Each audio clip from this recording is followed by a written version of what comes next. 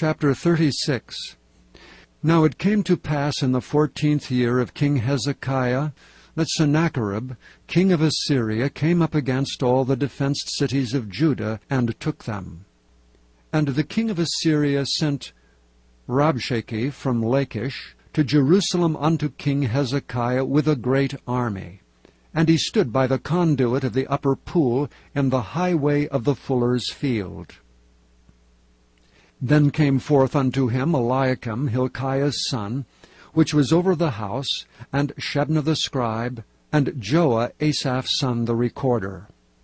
And Rabshakeh said unto them, Say ye now to Hezekiah, Thus saith the great king, the king of Assyria, What confidence is this wherein thou trustest?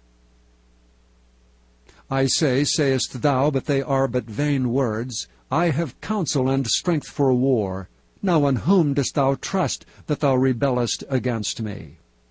Lo, thou trustest in the staff of this broken reed, on Egypt, whereon if a man lean, it will go into his hand and pierce it.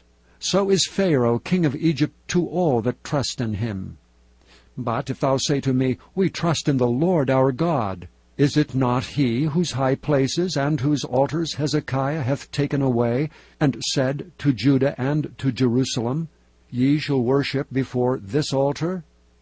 Now therefore give pledges, I pray thee, to my master the king of Assyria, and I will give thee 2,000 horses, if thou be able on thy part to set riders upon them.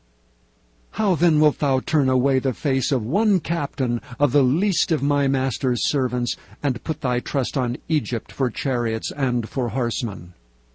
And am I now come up without the Lord against this land to destroy it? The Lord said unto me, Go up against this land, and destroy it.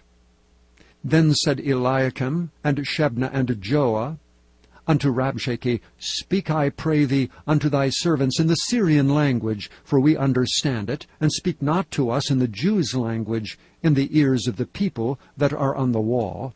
But Rabshakeh said, Hath my master sent me to thy master, and to thee to speak these words? Hath he not sent me to the men that sit upon the wall, that they may eat their own dung and drink their own piss with you? Then Rabshakeh stood and cried with a loud voice in the Jews' language, and said, Hear ye the words of the great king, the king of Assyria. Thus saith the king, Let not Hezekiah deceive you, for he shall not be able to deliver you. Neither let Hezekiah make you trust in the Lord, saying, The Lord will surely deliver us. This city shall not be delivered into the hand of the king of Assyria. Hearken not to Hezekiah. For thus saith the king of Assyria, Make an agreement with me by a present, and come out to me, and eat ye every one of his vine, and every one of his fig tree, and drink ye every one the waters of his own cistern, until I come and take you away to a land like your own land, a land of corn and wine, a land of bread and vineyards. Beware lest Hezekiah persuade you, saying, The Lord will deliver us. Hath any of the gods of the nations delivered his land out of the hand of the king of Assyria? Where are the gods of Hamath and Arphad? Where are the gods of Sepharvaim? And have they delivered Samaria out of my hand? Who are they among all the gods of these lands that have delivered their land out of my hand, that the Lord should deliver Jerusalem out of my hand?